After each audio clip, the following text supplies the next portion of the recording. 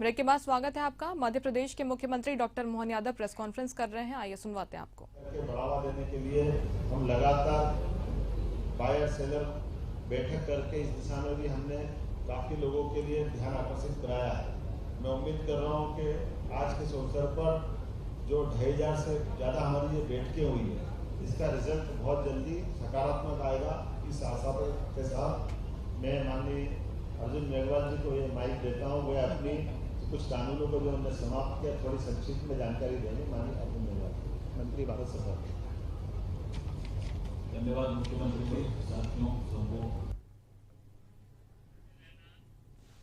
Regional industry conclave जो उज्जैन में आयोजित हुआ, उसके जो प्रतिभागी थे वो अधिकतर इंडस्ट्री से जुड़े हुए थे, एंटरप्रेन्योर थे, व्यापारी थे, ट्रेडिंग एक्टिविटी से जुड़े हुए थे, सर्विस सेक्टर से जुड़े हुए थे।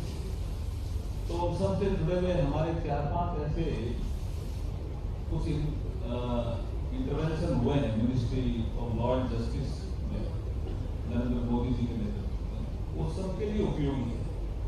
जैसे हमने आर्बिट्रेशन लॉ में अमेंडमेंट किया और एक इंटरनेशनल लेवल का एक आर्बिट्रेशन सेंटर हमने बनाया।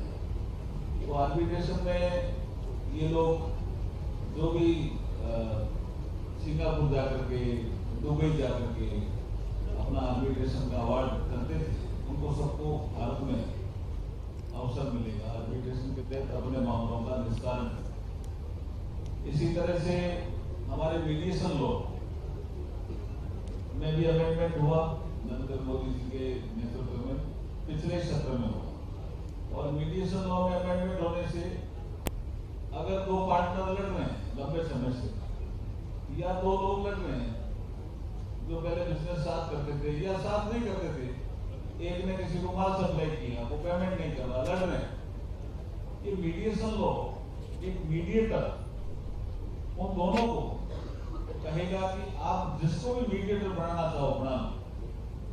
ऐसा नहीं है कि पहले कोई मीडिएटर बनाते नहीं थे, बनाते थे, लेकिन लीगल सेंटिटी नहीं थी। तो जब लीगल सेंटिटी नहीं थी तो कोई लोग नहीं मानते थे, तो फिर वापस कोर्ट में जाते थे।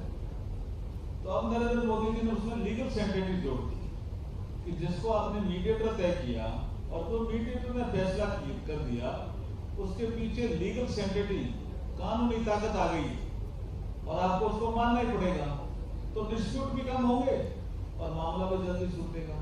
जैसे माननीय मुख्यमंत्री जी ने कहा कि ऐसे बहुत से कानून थे जो अंग्रेजों के जमाने से बने हुए थे, उनकी आवश्यकता नहीं थी, उन कानूनों को हमने समाप्त किया। लेकिन 3 ऐसे कानून हैं जो बहुत महत्वपूर्ण थे, जिसको हम Indian penal code, criminal procedure code, evidence act कहते थे। ये 1860 और उसके आसपास के बने हुए थे। लेकिन देश आजाद होने के बाद सीआरपीसी में 1973 में छोटा सा एक अमेंडमेंट हुआ, उसके बाद कोई अमेंडमेंट विशेष हुआ ही नहीं।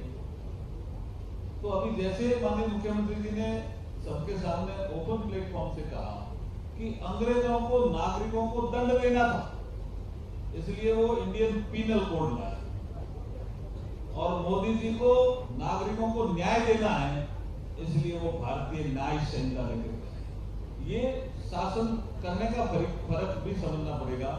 आप देखिए लंबे समय तक तारीखें पड़ती थी, कोई कॉमर्शियल मामला आ गया तो कोर्ट सोचता था कि हमारे पास एक्सपर्टीज नहीं है, तो नरेंद्र मोदी जी ने कहा कॉमर्शियल कोर्ट ज्यादा होना, तो कॉमर्शियल कोर्ट होना चाहिए। अप्रचलित ऐसे कानून जिनकी उपयोगिता नहीं वो समाप्त कर दिए।